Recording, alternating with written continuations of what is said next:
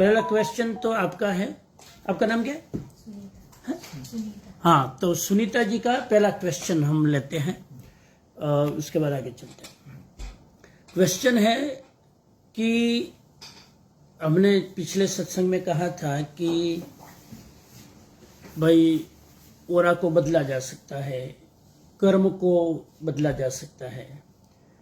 तो निकाचित कर्म जो हमने किए हैं, वो निकाचित कर्म को क्या बदला जा सकता है? क्या उसको भोगना पड़ता है? निकाचित कर्म का क्या होगा? That is the question. इसमें ऐसा है कि निकाचित कर्म पहले क्या है उसको समझ ले, 2 मिनट। निकाचित कर्म की डेफिनेशन है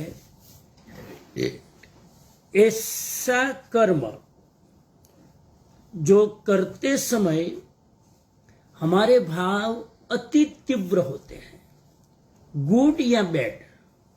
निकाचित अच्छे कर्म भी निकाचित होते हैं, खराब कर्म भी निकाचित होते हैं, दोनों होते हैं। निकाचित की डेफिनेशन यह है कि खराब काम किया उसको आपने अच्छा माना तो ये निकाचित हो जाता है। अच्छा काम किया और आपने उसके बाद उसका पछतावा किया, अरे मैंने क्या कर दिया, तो भी निकाचित होता है। तो गलत काम करके उसकी प्रशंसा नहीं करना। गलत काम करके अगर हम उसको एप्रिशिएट कर लेते हैं तो वो कर्म निकाचित हो जाता है। फॉर एग्जाम्पल, श्रृणिक राजा वो जब शिकार करने जाते थे तो शिकार करना कोई निकाचित कर्म नहीं है, पंचेंद्र का वध करना भी निकाचित कर्म नहीं है, अगर इंटेंशनली ना किया हो तो। अगर वो कर्म किया आपने, पंचेंद्र की हत्या की, तो श्रृणिक ने तीर चलाया और डियर को मारा, और डियर प्रेग्नेंट था, वो गर्भिणी थी, तो एक साथ 2 जीव की हत्या की। उसके बाद उसने अपने मंत्रियों को कहा कि देखो मेरे जैसा कोई निशानेबाज है जो एक साथ 2 जीव की हत्या कर सकता है। तो मंत्रियों ने उसकी तारीफ की, वाह आपके जैसा तो कोई हंटर नहीं है दुनिया में। तो एक करके वो बहुत फूल गए, इतना अहंकार आया कि मेरे जैसा कोई शिकारी दुनिया में नहीं है। तो गलत काम करके उसकी प्रशंसा कर दी, ये निकाचित कर्म हो गया। अब वो उस समय तो बुद्धिस्ट धर्म को मानते थे वो, फिर धीरे धीरे वो महावीर स्वामी के पंथ में आए। महावीर स्वामी को उनको पता चला श्रृणिकों की मेरी तो दुर्गति होने वाली है, निकाचित कर्म है। महावीर स्वामी को पूछा कि मैं आपकी इतनी भक्ति करता हूं, इतनी आपसे श्रद्धा रखता हूं, तो मेरा ये कर्म कैसे टूटेगा? महावीर स्वामी ने कहा तुम्हारा ये कर्म निकाचित हो गया है, इसे कोई तोड़ नहीं सकता, तीर्थंकर भी मदद नहीं कर सकते। फिर वो तो मान नहीं रहे थे, इसलिए समझाने के लिए कहा पुण्या का सामायिक लेके आ जा, नहीं आ जा, लंबी स्टोरी है। उनको पता था कि पुण्या कोई सामायिक देने वाला नहीं है और उनका कर्म टलने वाला नहीं है। तो ये निकाचित कर्म है, बुरा करके तारीफ कर लेना या अच्छा करके फिर अफसोस करना। जैसे मान लीजिए कि मंदिर में गए, पर्यूषण था और हमने चढ़ावा लिया, घी बोली की और उत्साह में बोल दिया, उसके बाद अरे यार इतना कहाँ बोल दिया, नहीं बोलते तो अच्छा रहता, ये तो भावुकता में, ये प्रोग्राम में ही क्यों आए कि बोलने का मन हो गया, यार गलत हो गया, अब तो देना पड़ेगा चेक। तो अच्छा करके फिर पछतावा किया तो ये निकाचित कर्म हो गया।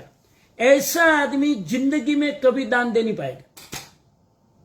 अब जो पति हो जाए छूटेगा नहीं, क्योंकि वो निकाचित कर्म कर दिया, दानांतराय कर्म बांध लिया। तो ये निकाचित कर्म होता है। क्षुधा वेदनीय निकाचित कर्म होता है। क्षुधा वेदनीय जब निकाचित हो जाता है तो भिखारी बनता है और उसको जिंदगी में खाना नहीं मिलता है। तो ये सब निकाचित कर्म होते हैं, जिसको भोगे बिना वो कर्म छूटता नहीं है। निकाचित का मतलब निकाचित कर्म तभी टूटेगा जब उसका फल भोगा जाएगा। बाकी के कर्म बिना भोगे भी तोड़ सकते हैं। जैसे मैंने भाई गाड़ी चलाते चलाते कोई जीव कोइंसिडेंसली मर गया, मुझे पता चला कि कोई जीव मर गया है, मैंने उसका प्रायश्चित ले लिया गुरुजी के पास जाके। गुरुजी ये कुत्ता मर गया मेरे नीचे। गुरुजी ने कहा 3 उपवास कर लो, तेला कर लो, हो गया प्रायश्चित। तो वो निकाचित कर्म नहीं था, वो साधारण था। आपने इंटेंशनली नहीं किया था, आपने उसको अप्रिशिएट नहीं किया, बल्कि प्रायश्चित किया, वो टूट गया। तो निकाचित कर्म का एक ही उपाय है कि भोग कर ही तोड़ सकते हैं। दूसरी बात, निकाचित कर्म होते कितने हैं, ज्यादा बहुत सीरियस होने की जरूरत नहीं है। निकाचित कर्म हार्डली 2-3% हमारी लाइफ में होते हैं। जैसे फॉर एग्जाम्पल हम इस लाइफ में जी रहे हैं, तो हम कर्म तो बहुत करते हैं, तो रोज की हिंसा होती है, रोज के झूठ बोलते कितना होता है, लेकिन वो निकाचित नहीं होता है। निकाचित कर्म हम जो मैंने परिभाषा दी वैसा इंटेंशनली बुरा करके उसकी तारीफ करना तो मोस्टली हम नहीं करते हैं। ऐसा नहीं कि हमने झूठ बोला और फिर वाह भाई कि देखा मैंने उसको चुप कर दिया ना, ऐसा कभी कभी होता है, हो जाता है, तो वो नहीं करना चाहिए। लेकिन निकाचित कर्म हार्डली 2% होता है। तो निकाचित कर्म तो भोगना ही है, तो उसकी चिंता नहीं करनी है, बाकी के कर्म को मैनेज करना है, ठीक है। और निकाचित कर्म नहीं बंधे उसका ध्यान रखना है। वो मैंने चाबी बता दी कि अच्छा करके पछतावा नहीं करो, बुरा करके अप्रिशिएट नहीं करो, ये उसकी चाबी है। अब आते हैं आपकी बात पर। क्या नाम आपका? जतिन भाई। जतिन भाई का क्वेश्चन तो नहीं था, स्टेटमेंट था। बात करते करते स्टेटमेंट ये था कि भाई खाली नाम जप करो तो अपना कल्याण हो जाएगा। लंबी चौड़ी बात तो हम नहीं जानते। अब ये नाम जप की बात है, तो इसको थोड़ा समझिए 2 मिनट। नाम जप करना अच्छा है, लेकिन पर्याप्त नहीं है। नाम जप करना एक साधना है, लेकिन साधना की अंतिम फलश्रुति नहीं है।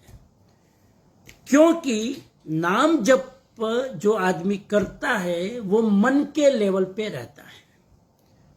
नाम जप एक प्रकार की शुभ प्रवृत्ति है, शुभ एक्शन है जो मन से होती है। मैं नाम जप करूंगा तो मेरा माइंड एक्टिव है।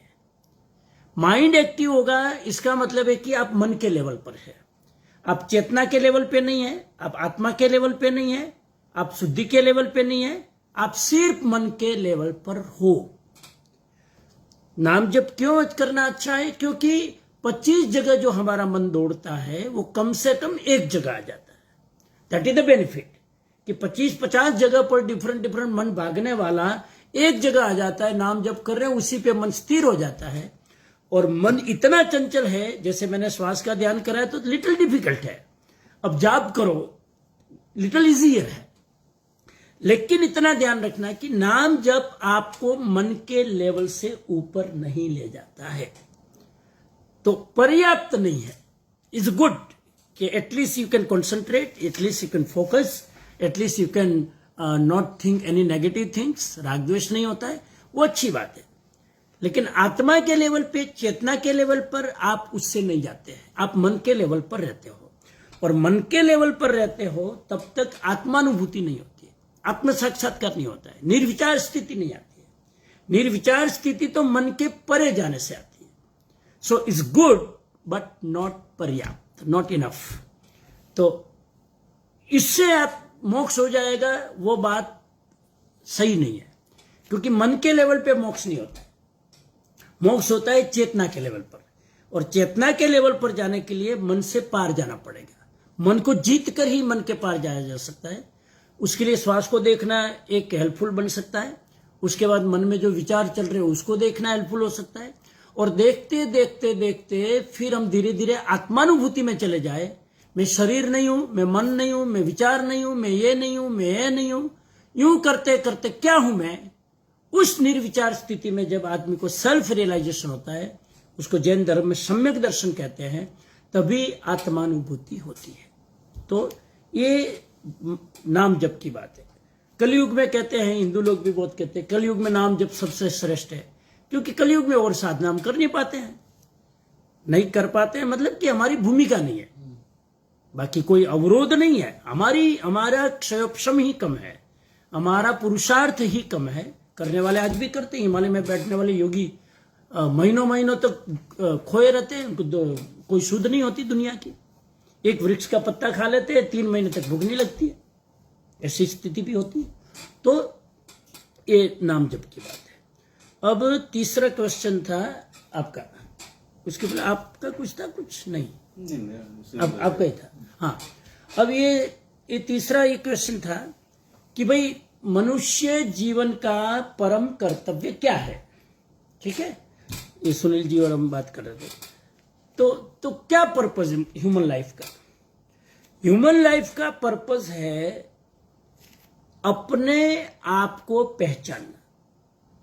मैं कौन हूं रियल में, उसको अनुभूति के लेवल पर जाकर जानना। क्या मैं शरीर हूं? क्या मेरा जो स्टेटस है वो हूं? क्या मेरा जो डेजिग्नेशन है वो मैं हूं? क्या जो संसार मुझे जिस नाम से पुकारता है वो मैं हूं? क्या मेरे पास जो उपाधियां हैं वो मैं हूं? संपत्ति है वो उसके मेरी पहचान है? मैं क्या हूं? तो उपनिषद में मंत्र दिया, नेति नेति करते चले जाओ। मतलब ये कहते चले जाओ, ये भी मैं नहीं हूं, ये भी मैं नहीं हूं, ये भी मैं नहीं हूं। जहां भी जवाब आई है मैं नहीं हूं। शरीर मैं नहीं हूं, पति मैं नहीं हूं, साधु मैं नहीं हूं, अरिहंत मैं नहीं हूं, आचार्य मैं नहीं हूं, नहीं। नेति नेति नेति। उसके बाद जो बचेगा वो मैं हूं। उसके बाद क्या बचेगा? शून्य। और शून्य बचेगा मतलब आत्मा बचेगी। शून्य और आत्मा एक ही बात है। वर्तमान क्षण में आदमी आ जाता है मतलब आत्मा में आ जाता है। बहुत इंटरेस्टिंग चीज आपको बताता हूं। सामायिक करने का मतलब है आत्मा में रहना। सामायिक शब्द है। सामायिक का मतलब है समय में रहने वाला सामायिक। जो समय में रहता है वो सामायिक में है। समय में रहता है क्या मतलब? अब समय की परिभाषा क्या है? समय की परिभाषा है present moment it the time. वर्तमान का जो क्षण है वही समय है। अब समय बोलते ही समय पास्ट हो गया। मैंने समय बोला, इतने में तो समय पास्ट हो गया। जिसके 2 क्षण नहीं होते हैं, जिसके 2 टुकड़े नहीं होते हैं, वो वर्तमान काल को समय बोलते हैं। तो उस वर्तमान क्षण में रहना, इसका मतलब आत्मा में रहना। या तो वर्तमान समय यानी आत्मा, समय सार। कुंदकुंदाचार्य ने ग्रंथ लिखा दिगंबर में, समय सार। समय यानी आत्मा। देखो कितना ब्यूटीफुल है। समय को आत्मा कहा और समय को वर्तमान कहा। वर्तमान में रहने वाला आत्मा में रहता है, आत्मा में रहने वाला वर्तमान में रहता है। अब भूत भविष्य में जाओगे तो आत्मा में रह नहीं पाओगे। भूत भविष्य में कौन जाता है? मन जाता है। और मन जाता है तो आत्मा में आप है ही नहीं। तो ज्यादा कोई अड़ंगा नहीं करो, वर्तमान में आ जाओ आप, अब आत्मा में आ जाओ, इस क्षण में आ जाओ। इसलिए हमारे वहां अभी आजकल जापानीज में और इंग्लैंड में बहुत चला माइंडफुलनेस। माइंडफुलनेस रहो। माइंडफुलनेस में माइंड है ही नहीं। ये तो हमको शब्द यूज करना पड़ता है क्योंकि इंग्लिश के शब्दों की मर्यादा है। माइंडफुलनेस में माइंड नहीं है। कौन सा वाला लेकिन FULL। माइंडफुलनेस में है अवेयरनेस है। अब इसको भी थोड़ा समझे आप। लेकिन ये मनुष्य जीवन का कर्तव्य यह है अपने आप को जानना, अपने आप को पहचानना, मैं कौन हूं। अब जैसे अभी बात चली थी कि भाई मोक्ष अपना अंतिम लक्ष्य है। मोक्ष थोड़ा हायर लेवल की बात है। ये शब्द बोलूंगा तो भाई अभी तो संसार बसाइन शादी की ना, आप तो मुक्ति की बात कर रहे हो। घर में रहे अच्छी तरह, बीबी के साथ रहे, बच्चों के साथ रहे कि मुक्ति करे। Is not more relevant, more practical, ऐसा कहते हैं। तो पहले ये समझ लो कि मोक्ष क्या है, ये भी थोड़ा समझ ले। मोक्ष जाना नहीं जाना अलग बात है, पहले समझ तो ले। कहीं अगर भूल से चले गए तो पता चले कि मोक्ष है कि नहीं है, कि इधर उधर आ गए। तो मोक्ष का मतलब है आत्मा की कर्म रहित अवस्था, इसका नाम मोक्ष। आत्मा की टोटली कर्म रहित अवस्था जो है उसका नाम मोक्ष।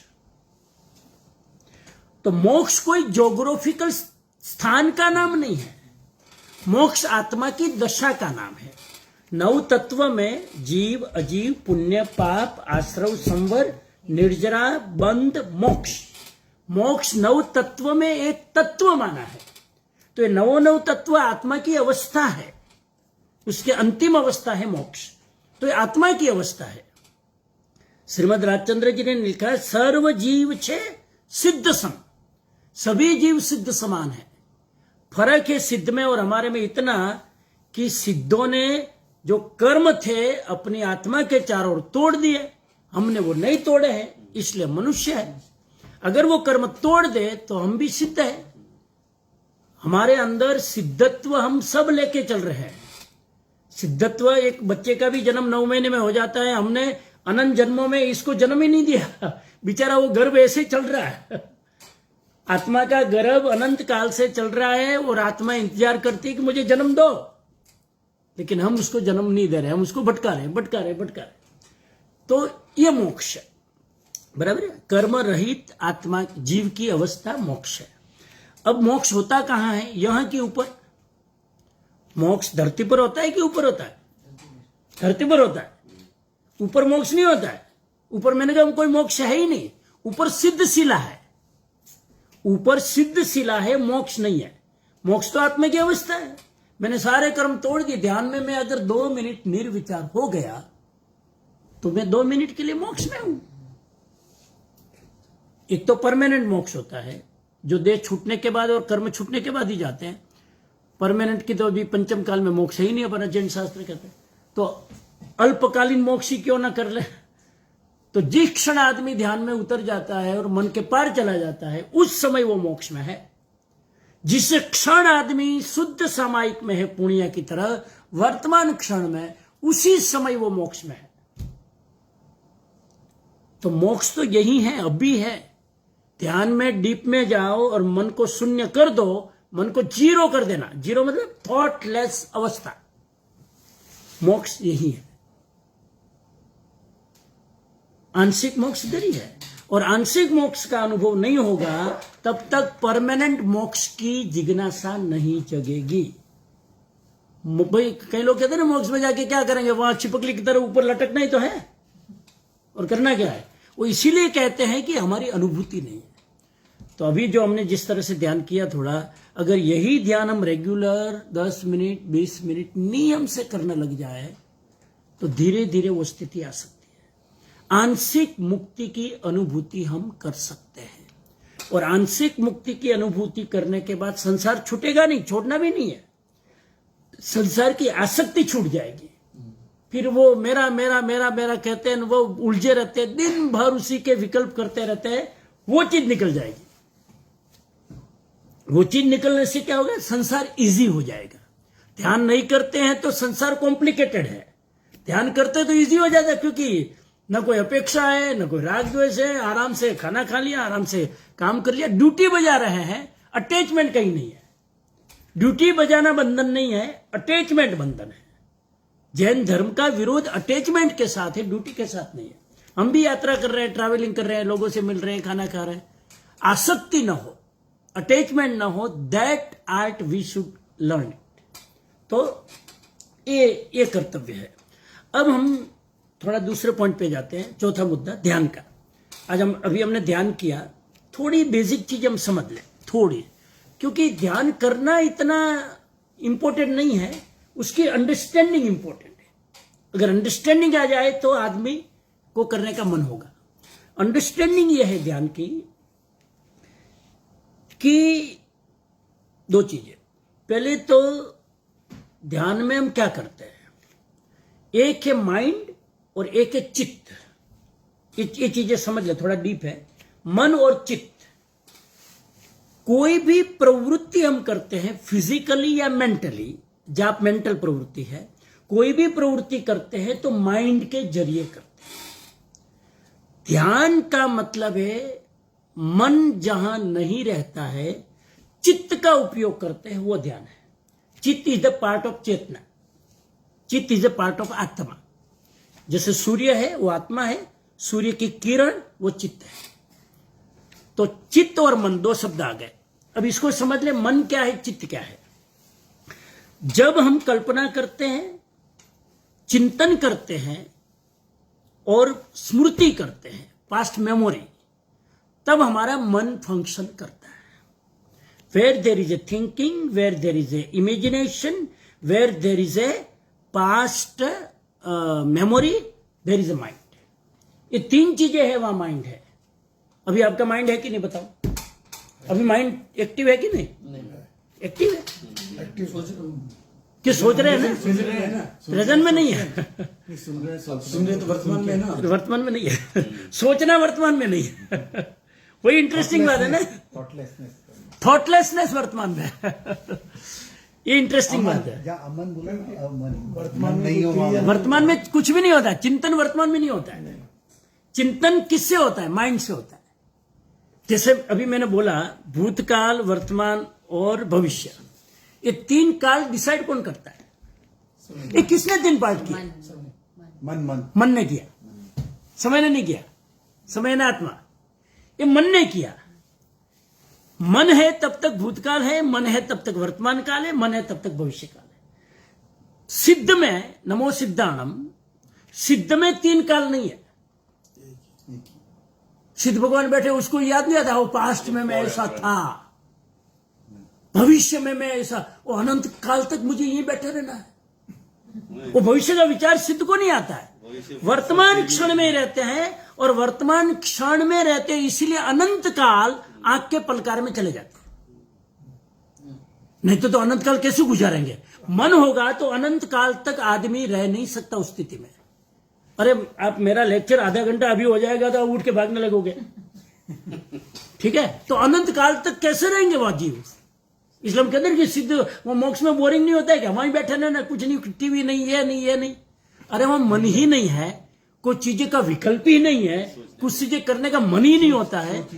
और जब कोई सोचने का नहीं है तो वो कहां है? वो सिद्ध की आत्मा कहां है? वो अपने मूल स्वभाव में. और मूल स्वभाव क्या है? अनंत ज्ञान, बोलो, अनंत दर्शन, अनंत आनंद, अनंत वीर्य. ये आत्मा की जो शुद्ध क्वालिटी है, उसमें उसकी आत्मा अनंत काल तक कनेक्ट रहती है. अनंत वीर्य, एनर्जी, वीर्य, ऊर्जा, एनर्जी. ये आत्मा के 4 लक्षण है. अनंत ज्ञान, हमारे अंदर जहां भी थोड़ा बहुत भी ज्ञान आता है, समझ आती है, वो आत्मा है तभी आती है. आत्मा नहीं हो तो इतनी भी अंडरस्टैंडिंग हमारी नहीं आती है.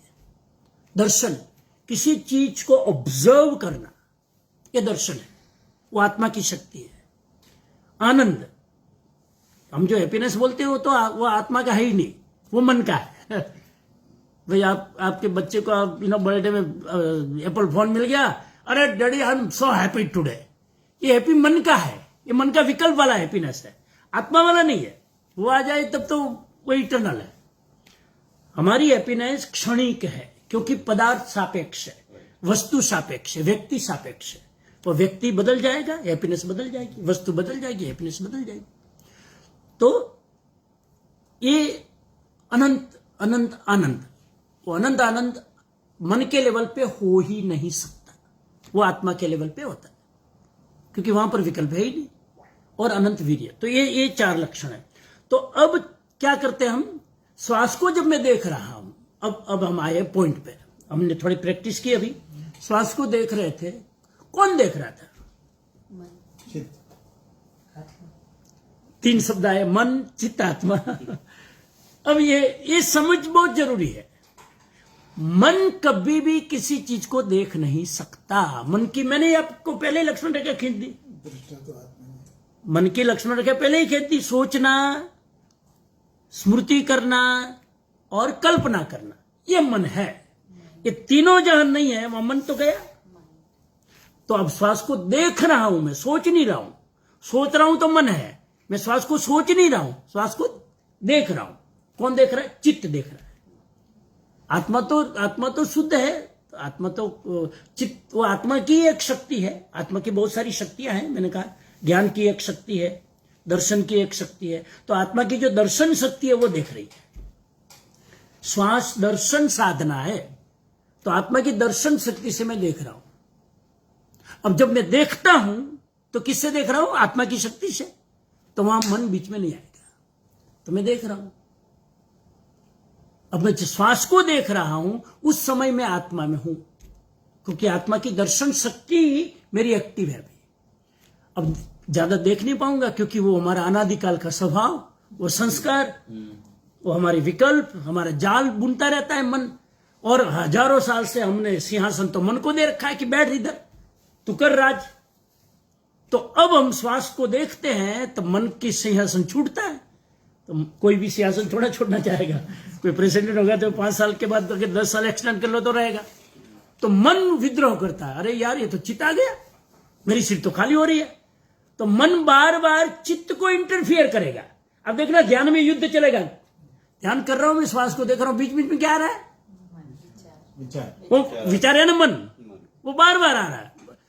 ऐसे ऐसे विचार आते कभी जिंदगी में सोचा नहीं। वो मन की ट्रिक है चित्त को हटाने के। अगर हम मन के पक्ष में चले गए और सोचने में रेक्टेंगल हो गए काम से, मन विजेता हो गया, चित्त हार गया। ध्यान में चित्त को जिताना है ताकि मन हार जाए। ये मेडिटेशन है, ये युद्ध करना है।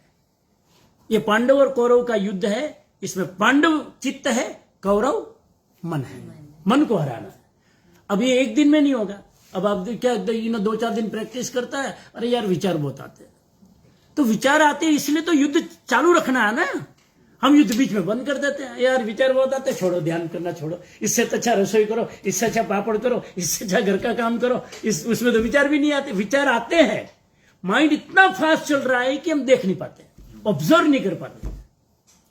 जब रिलैक्स होते हैं ध्यान में, तब हम देख पाते हैं कि मेरी माइंड इतनी एक्टिविटी कर रहा है। समझ में आएगी बात? तो देख कौन रहा है? चित्त। अब ये देखने की शक्ति जितनी जितनी जितनी बढ़ेगी, उतनी उतनी सोचने की शक्ति घटेगी।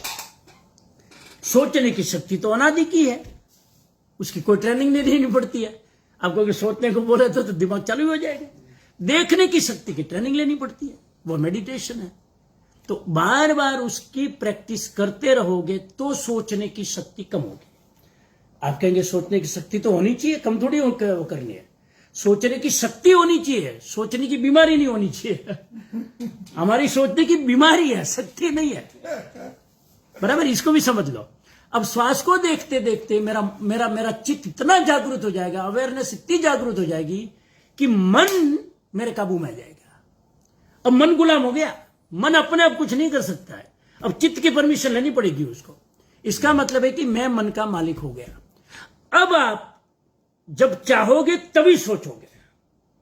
अब सोचना मेरे कंट्रोल में आ गया। अभी तक तो माइंड मेरे को नचा रहा था सोचने के लिए। अब मैं चाहूंगा, मुझे किताब लिखनी है, आर्टिकल लिखना है, तो मुझे सोचना पड़ेगा। तो मैं दिमाग को बोलूंगा एक्टिव हो जा, रेडी हो जा, लिखना है। तो सोचने की शक्ति तो बहुत बड़ी शक्ति है, जरूरी है, लेकिन वो हमारे कंट्रोल में होनी चाहिए। मेडिटेशन करने वाला मन को अपने कंट्रोल में ले लेता है। मेडिटेशन नहीं करने वाला खुद मन के कंट्रोल में रहता है। ये फर्क है। तो इसलिए ध्यान करना कितना जरूरी है आप समझ लो। अंदर का अनादिकाल का कचरा हमारे दिमाग में भरा पड़ा है, उसको निकालने के लिए सिर्फ हमको देखने की शक्ति बढ़ाना है। 2 शक्ति है, देखने की और सोचने की। देखने की शक्ति आत्मा की है, सोचने की शक्ति मन की है। सोचने की शक्ति बढ़ानी है तो पहले देखने की शक्ति बढ़ाओ ताकि मन काबू में आ जाए। फिर मन जो सोचेगा उससे नया क्रिएशन होगा। तीर्थंकर जो बोलते हैं वो शास्त्र बन जाते हैं। कारण क्या है कि वो मन को यूज करते हैं, मन के गुलाम नहीं है। उन्होंने अपनी चेतना को जगा दिया, फिर वो चेतना मन का यूज करके अनंत शक्ति को प्रकट करती है। ये चीज है। तो ये ध्यान है, आप समझ गए? तो मन की प्रक्रिया को यूज करोगे, वो सब खराब है मैं नहीं कह रहा हूं, लेकिन दोनों का लेवल की मर्यादा समझ में आ जानी चाहिए। जैसे हम अनुप्रेक्षा करते हैं, हम सोच रहे हैं, तो सोचना भी मन से होता है। बेटर कि हम 25 चीजों का सोच रहे हैं, रैंडमली सोच रहे हैं, कैटरिंग कर रहा है माइंड, उससे बेटर है कि एक पर्टिकुलर सब्जेक्ट पे सोच रहा है। उससे भी हटके निर्विचार में जाना है, देखने की शक्ति बढ़ानी है। जब तक देखने की शक्ति नहीं बढ़ेगी तब तक आंतरिक शक्ति जाग नहीं सकती। ये चीज समझ।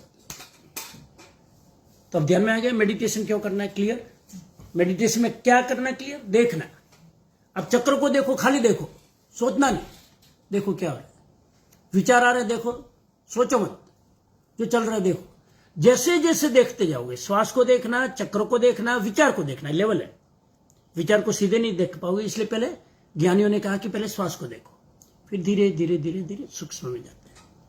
तो ये प्रैक्टिस अगर रोज की 10, 15, 20 मिनट करते हैं तो हमारी ओरा बदल जाती है, हमारी लेश्या बदल जाती है, हमारे भाव बदल जाते हैं, हमारी आदतें बदल जाती है। मैं कहा करता हूं कि कैसे पता चले कि ये व्यक्ति जो ध्यान कर रहा है वो सही ट्रैक पर है, मतलब हम प्रोग्रेस कर रहा है। हाउ डू वी नो, ये भी जानना जरूरी है। बाकी कई लोग अरे मैं तो 20 साल से ध्यान कर रहा हूं, लग नहीं रहा, तुम्हारे बोलने से ही नहीं लग रहा है कि 20 साल से कर रहे हो। ध्यान के सिद्धि के कुछ सिम्टम्स, कैरेक्टरिस्टिक्स। ध्यान करने वाले का सबसे पहले, ध्यान करने वाले का उतावलापन खत्म हो जाता है, पहली चीज।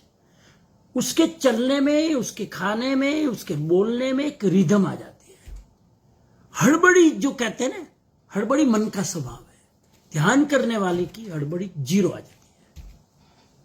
वो लाख करोड़ों का नुकसान हो जाए, उसकी चाल बदलेगी नहीं, वो स्थिति आ जाती है। जनक के बारे में ऐसा ही कहते हैं। जनक को लोगों ने कहा तुम्हारा महल जल रहा है। जनक स्नान करने गए, किसी ने परीक्षा की, लोग कहते हैं जनक बड़े ज्ञानी है, वहां रानियों के बीच में रहते ज्ञानी, तो परीक्षा की किसने, और कहा कि तुम्हारा तो महल जल रहा है, इधर क्या स्नान कर रहे हो। उसने कहा कौन जनक, किसका महल जलने दे यार, आप भी देखोगे हम भी देखेंगे, मौज करेंगे।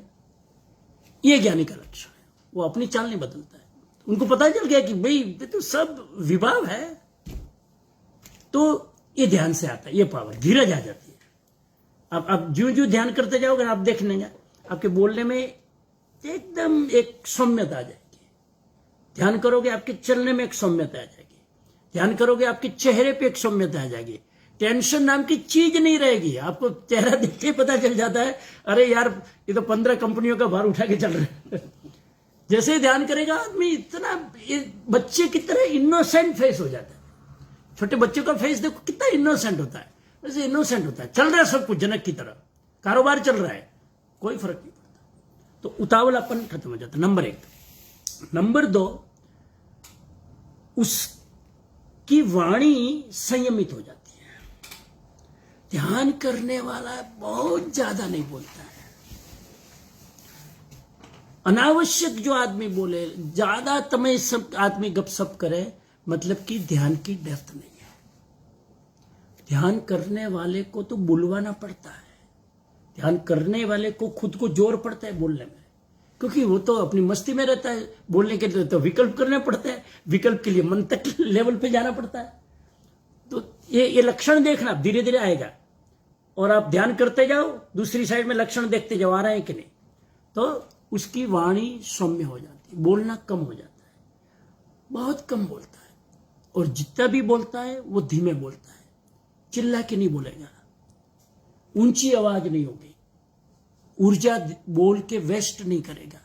उपनिषद की आप कहानियां देखो, 12-12 साल गुरु बोलते नहीं, शिष्य बैठा है उसके सामने, इतनी धीरज है। शिष्य ध्यान सीखने आया है, गुरु ने कहा है कि जब तक मैं बोलूं नहीं तब तक तुम्हें हटना नहीं है। 12 साल हो गए, चेले को अंदर से लग रहा है यार गुरु जी भूल गए लगते, मेरे तो 12 साल बिगड़े। गुरु ऑलरेडी भूले नहीं है, वो देखना चाह रहे हैं कि तुम्हारा मन शून्य हो जाए फिर मैं बोलूं।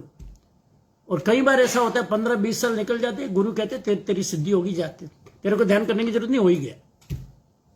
अगर इतना धीरज रखने की हिम्मत है तो ध्यान हो गया। तो नंबर 1 उतावलापन खत्म, नंबर 2 अति बोलना खत्म, नंबर 3 बोलना धीमे हो जाता है, तीसरी चीज। नंबर 4 उसका स्वभाव शांत हो जाता है। ध्यान करने वाले को आप गुस्से में नहीं ला सकते। कभी उनको करना पड़े नाटक के रूप में अलग बात है, सांप फुफकार मारे और काटना 2 चीजें अलग है। कभी कभी मजबूरीवश करना पड़ता है, लेकिन वो क्रोध उनके कंट्रोल में है, मैं नहीं बोलूंगा तो काम बिगड़ेगा। कभी कभी डिसिप्लिन के लिए क्रोध एक गुरु भी करता है, लेकिन वो क्रिएटिव क्रोध है, डिस्ट्रक्टिव नहीं है, उनके कंट्रोल में है, वो आपे के बाहर नहीं गया है। तो चौथी चीज है, ध्यान करने वाले का गुस्सा शांत हो जाता है। उसको गुस्सा कराओ तो भी वो कर नहीं पाएगा, क्योंकि उसमें भी उनको बहुत एफर्ट करना पड़ता है ऐसे लोगों को। ये चौथी चीज है। पांचवी चीज है, ध्यान करने वाले की लेश्या बदल जाती है। ध्यान करने वाले की कृष्ण, नील, कापोत लेश्या होती ही नहीं है। अशुभ लेश्या गई। जो व्यक्ति 6 महीना ध्यान करेगा, उसके बाद अगर उसकी किरिलियन फोटोग्राफी से ओरा की पिक्चर ली जाए तो नेगेटिव ओरा कभी नहीं आएगी। मैंने पहले लेक्चर में कहा था, ओरा की पिक्चर लेते कि किसी ने बोला कि जापान में भी है ऐसे, तो वो फोटोग्राफी से पता चल जाता है आपकी ओरा में क्या क्या नेगेटिविटी है, उसमें झलक के आ जाती है। ध्यान करने वाले की नेगेटिव ओरा कभी नहीं आती है, और आती है इसका मतलब वो ध्यान नहीं कर रहा है, कुछ अंदर अंदर बैठे बैठे प्लानिंग कर रहा है, गड़बड़ कर रहा है। हाँ, वो ध्यान के नाम से कुछ गड़बड़ी हो रहा है, ध्यान नहीं है। तो ये पांचवी चीज है, ओरा बदल जाती है, लेश्या बदल जाती है जैनिज्म में। और जैनिज्म में बहुत इस पर जोर दिया, लेश्या पर। लेश्या बदलो। गुरु क्या काम करता है? शिष्य के लेश्या बदल देता है। लेश्या मतलब क्या होता है? लेश्या मतलब ओरा और लेश्या में थोड़ा फर्क है। ओरा और लेश्या में डीप में जाओ तो फर्क है। हमारे सुनील जी है ना, वो तो थोड़ा डीप में जाना चाहेंगे। ओरा में केवल कलर है, ओरा में सिर्फ कलर है। कलर और भाव। हाँ? लेश्या में भाव भी आता है? नहीं, ओरा में सिर्फ कलर है। लेश्या में वर्ण, गंध, रस, स्पर्श। लेश्या का स्पर्श भी है, लेश्या की गंध भी है, लेश्या का स्पर्श भी है, और लेश्या का रंग भी है। वर्ण, गंध, रस, चारों पुद्गल के लक्षण जिसमें है वो लेश्या कहलाती है। लेश्या की गंध भी होती है। कृष्ण लेश्या वाले के पास बैठोगे तो उसकी गंध 3 दिन का मरे हुए भैंसे की तरह होती है। मरा हुआ भैंसे के 3 दिन के बाद जो बदबू आती है, कृष्ण लेश्या वाले के पास बैठोगे तो ऐसे बदबू आएगी। उसके पूरे शास्त्र में पूरा बताया, कृष्ण लेश्या वाले के गंध कौन सी है, स्पर्श कौन सा है, रस कौन सा है, उसका रस भी होता है। तो इतनी डीप है। ओरा तो बहुत बेसिक है, जैनिज्म बहुत डीप में गया। लेश्या इज मोर डीपर देन ओरा। हाँ, तो इस पर मेरे 3-4 लेक्चर है ऑनलाइन पे, अभी हमने अमेरिका में और लंदन में दिए थे, पर्यूषण में। तो उसकी ट्रेनिंग होती है, फिर ओरा की बदलने की भी ट्रेनिंग होती है। तो लेश्या बदल जाती है एक मेडिटेशन करने से। और मेडिटेशन करने वाले की ये अंतिम परिणति है। मेडिटेशन करने वाले की फिर बाहर में रुचि नहीं रहती है। जिम्मेदारी हो तो करना पड़ता है, लेकिन उसमें बाहर में कोई रुचि नहीं रहती। नो आरंभ, नो समारंभ, नो परिग्रह, नो हिंसा, कोई चीज में उनका इंटरेस्ट नहीं रहता है। इसीलिए अंतिम लेवल पे ध्यान में तभी जाना चाहिए कि संसार की जिम्मेदारी पूरी हो जाए। पहले हो जाए तो हाँ, पहले हो जाए तो पहले कर लो, तब तो बहुत अच्छी बात है। अगर आपकी 30-40 साल में आपकी जिम्मेदारियां पूरी हो गई, तब तो बहुत आप भाग्यशाली हो, आप उतर जाओ। क्योंकि 60 साल के बाद जिम्मेदारी पूरी हो, तब तक तो शरीर भी काम करने नहीं लगता, फिर ध्यान में डेथ भी नहीं आती। जितनी अर्ली एज में इसका कनेक्शन हो जाए उतना बढ़िया है। Dhyan is the ultimate path. Bhadrabahu Swami ने कल्पसूत्र में लिखा है, जहां शीशम शरीरस्य मूलम जहां दुमस्सय सवस्य साहु धम्मस्य तहा ध्यानम विधीयते। इसका मतलब है जैसे वृक्ष में महत्व है उसके मूल का, मूल्य का, जड़ का। जहां मूलम दुमस्सय, जहां शीशम शरीरस्य, हमारे पूरे शरीर में महत्व है मस्तक का। उसी तरह समस्त साधना मार्ग में सबसे ज्यादा महत्व है ध्यान का। तहां ध्यानम विधीयते। समस्त साधु धर्म का सार ध्यान है। अगर साधु ने 5 महाव्रत ले लिया और ध्यान नहीं किया, वो 5 महाव्रत वो एक लगेज की तरह उड़ के चल रहा है। ऐसा लिखा है। वो लगेज है, भार है। 5 महाव्रत तो इसलिए लिया है कि वो ध्यान में जा सके, वो इससे निवृत्त हो जाए ताकि आत्मा में प्रवृत्त हो। तो ये चीज है। अगर ये ध्यान की पकड़ आ गई मेरा जोर और समस्त ज्ञानियों का जोर इस पर होता है कि ध्यान इज द अल्टीमेट बात। जिसने उसका टेस्ट ले लिया, आचारांग सूत्र कहता है, आचारांग सूत्र भगवान महावीर के अनुभव के सूक्त है, छोटे छोटे, उसमें लिखा है दृष्टा को उपदेश की जरूरत नहीं है। कितनी बड़ी बात कह दी। यानी कि जो दृष्टा यानी साक्षी, जो साक्षी से देखना जानता है और जानना जानता है, मतलब कि ध्यान में जो उतरना जानता है, उनको उपदेश की जरूरत नहीं है। ध्यान करने वाले को ये मेरा लेक्चर है ना बोरिंग लगेगा, इसे ही कह रहा हूं। ध्यान करने वाले को उसमें भी विकल्प दिखते हैं, लेक्चर में भी, क्योंकि वो भी मैं बोल रहा हूं उससे भी उनके विकल्प क्रिएट हो रहे हैं। ध्यान निर्विकल्प स्थिति में जाने का नाम है। तो दृष्टा होते हैं, उनको क्रोध नहीं करना, वो लेक्चर देने की जरूरत ही नहीं है। जो दृष्टा है उनको रात को नहीं खाओ कहने की जरूरत ही नहीं। वो अपने आप उतनी अवेयरनेस आ जाती है कि जो अशुभ है वो छूटता चला जाता है। वो अपने आप रात को नहीं खाएगा, धीरे धीरे छोड़ना नहीं पड़ता है। छोड़ना पड़े तो समझना है कि आप ऊपर से थोप रहे हो, वो चीज अंदर से आनी चाहिए, और अपने आप जागृति आती है तो अंदर से चीजें वो निकलने लगती है। तो ये चीजें हैं। तो ध्यान इज द अल्टीमेट वे। एक तो सहज में जब हम मन है, अनुकूलता है, तो हम बैठ जाते हैं उसमें, और सलक्ष्य ध्यान में बैठने में, दोनों में फर्क है। सलक्ष्य ध्यान में बैठना इसलिए जरूरी है कि वो स्पेशल प्रैक्टिस है। वो स्पेशल प्रैक्टिस अगर हम करते हैं तो वो डिसिप्लिन है। वो जो दिन में हमने क्या गलत किया, क्या ये किया, ये जो होता है ना, वो चीजें धीरे धीरे धीरे निकलती चली जाएगी, क्योंकि जागृति लेवल इससे बढ़ेगा। आप इंटेंसिवली सलक्ष्य प्रैक्टिस करोगे 10 मिनट 20 मिनट, उससे वो जागृति बढ़ेगी कि आप वो जो अजागृति की अवस्था में गलत होता है, हो जाता है ना, फिर हम उसको रिपेंटिंग करके फिर वापिस आते हैं, फिर पश्चाताप करके फिर वापिस लौटते हैं। वो स्थिति सहज हो जाएगी। फिर वो स्थिति आएगी नहीं कि मेरे से गलती हो रही है। जागृति वो लेवल तक चली जाएगी। इसलिए स्पेशल प्रैक्टिस जरूरी है। कई लोग, जो एक साध्वी जी हमारे थे, हिंदू साध्वी जी, वो तो ग्रेस में होते हैं ना हिंदू लोग, तो वो उनका ध्यान लगता नहीं था, तो वो सबको सत्संग कराती, भक्ति कराती, तो सबको लेक्चर में बोलते ध्यान करने की जरूरत नहीं है, ध्यान रखने की जरूरत है। अब सुनने वालों को अच्छा लगता, बढ़िया है, हम तो ऐसे ही ध्यान नहीं लग रहा है, और गुरु जी का तो टाइम लग गया, ध्यान करने की जरूरत नहीं है। अब मैं उनको पूछता हूं साध्वी जी को कि आपने बोल तो दिया कि ध्यान करने की जरूरत नहीं, ध्यान रखने की जरूरत है। ध्यान रख, आप ध्यान रहता कितना है? अब मुझे यह बताओ, ध्यान रहता कितना है? खाने में ध्यान रहता है, गाड़ी चलाते गाड़ी चलाने में ध्यान, आपका ध्यान रहता है, बोलते हो बोलने में ध्यान रहता है, किसी में ध्यान रहता नहीं है। ध्यान, कोई भी चीज में ध्यान रखने के लिए ध्यान करना जरूरी है। वो करोगे तो ध्यान रहेगा। मैं रोज 20 मिनट मेडिटेशन करता हूं तो मेरी नेक्स्ट 10 घंटा मेरी अवेयरनेस रहती है। बोलते समय में जागरूक रहता हूं, सोते समय में जागरूक रहता हूं। तो स्पेशल मेडिटेशन तो हमको वो डिसिप्लिन क्रिएट करना बहुत जरूरी है। मंत्र सिद्ध करने को क्यों कहा जाता है? फिर आप नवकार मंत्र को आप 1 करोड़ जाप करो तो सिद्ध हो जाता है, बराबर। अब 1 करोड़ जाप करूंगा तो सिद्ध हो जाएगा, मतलब उसके बाद मुझे जपना ही नहीं है, वो तो अपने आप चलेगा।